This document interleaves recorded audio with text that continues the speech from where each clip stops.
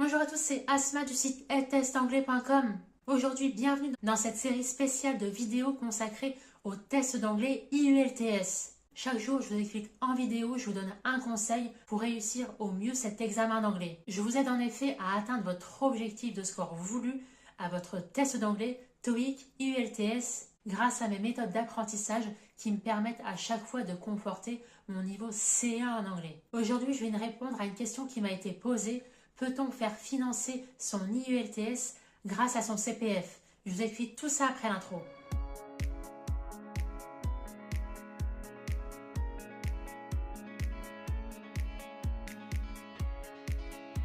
Alors avant de démarrer, si vous aussi vous allez passer cet examen d'anglais, n'hésitez pas à récupérer tous mes PDF. C'est une formation sur 4 jours totalement gratuite. Je vous aide à débuter sereinement ces révisions à ce test d'anglais si particulier. Et d'ailleurs, je vous donne un hack ultime le premier jour pour réviser les 4 sections IELTS. Je vous laisse découvrir tout ça en description et en commentaire. Dites-moi juste à quelle adresse email je dois vous envoyer tout ça. Alors pour répondre en une phrase à la question « Est-il possible de faire financer le prix que me coûte l'IELTS grâce à son CPF ?» Alors je vais répondre à l'heure où j'enregistre cette vidéo. Ce n'est pas possible de faire financer les frais d'inscription grâce à son CPF. Je vais vous expliquer en détail tout ça et je vais vous indiquer mon alternative pour réviser au mieux en déboursant le moins d'argent possible. Donc là, à l'heure où je fais la vidéo, le test d'anglais IELTS n'est pas en fait répertorié dans le site de France Compétences. Donc, comme vous voyez à l'écran, c'est un site qui regroupe tous les tests officiels, dont le TOEIC par exemple. Mais tant que le test IELTS n'est pas répertorié sur ce site, c'est impossible de le faire financer par son CPF.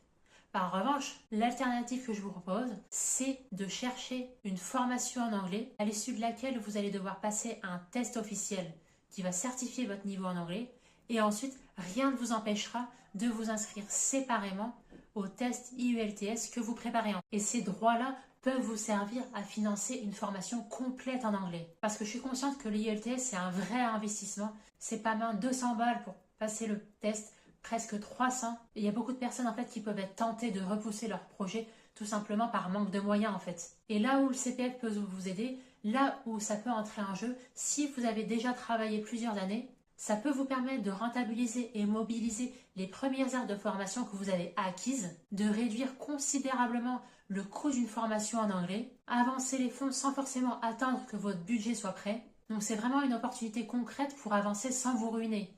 Même si avec la nouvelle loi maintenant, on est obligé de faire une avance de 100 € parce que malheureusement, il y a eu beaucoup d'abus. Mais si on étale ça par exemple sur une formation de 20 heures ou 30 heures en anglais, le jeu en vaut vraiment la chandelle. Donc déjà, pour vérifier si vous avez des droits à formation, connectez-vous à votre compte CPF, c'est moncompteformation.fr.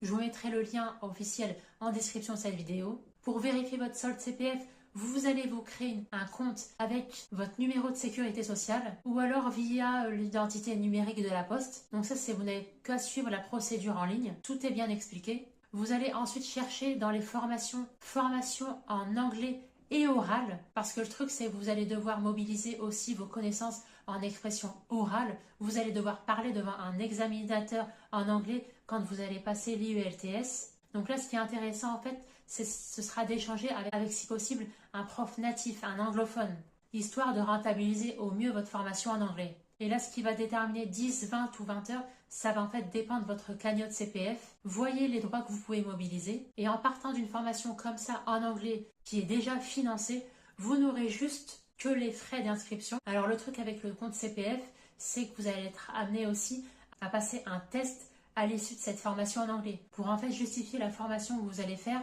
vous allez devoir passer un test d'anglais officiel à la fin. Vous allez devoir sélectionner un test d'anglais à l'issue de la formation. Vous pouvez passer un examen comme le TOEIC par exemple, mais rien ne vous empêche en parallèle de vous inscrire pour l'examen IELTS, qui est celui en fait qui vous intéresse en fonction de votre projet professionnel.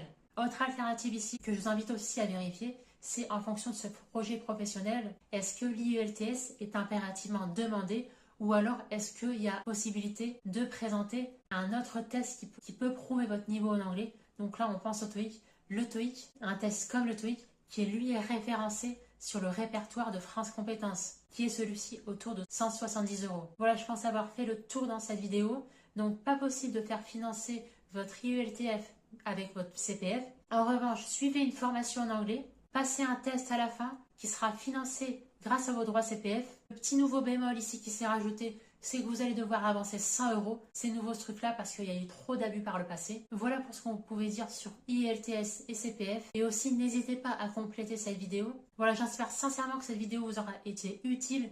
N'hésitez pas à me lâcher un petit like avant de partir. Ça me ferait très plaisir et ça encouragera mon travail parce que demain, on arrive déjà au 13e jour de ce défi 30 jours. On tient le cap, on tient bon. Je me suis lancé ce challenge.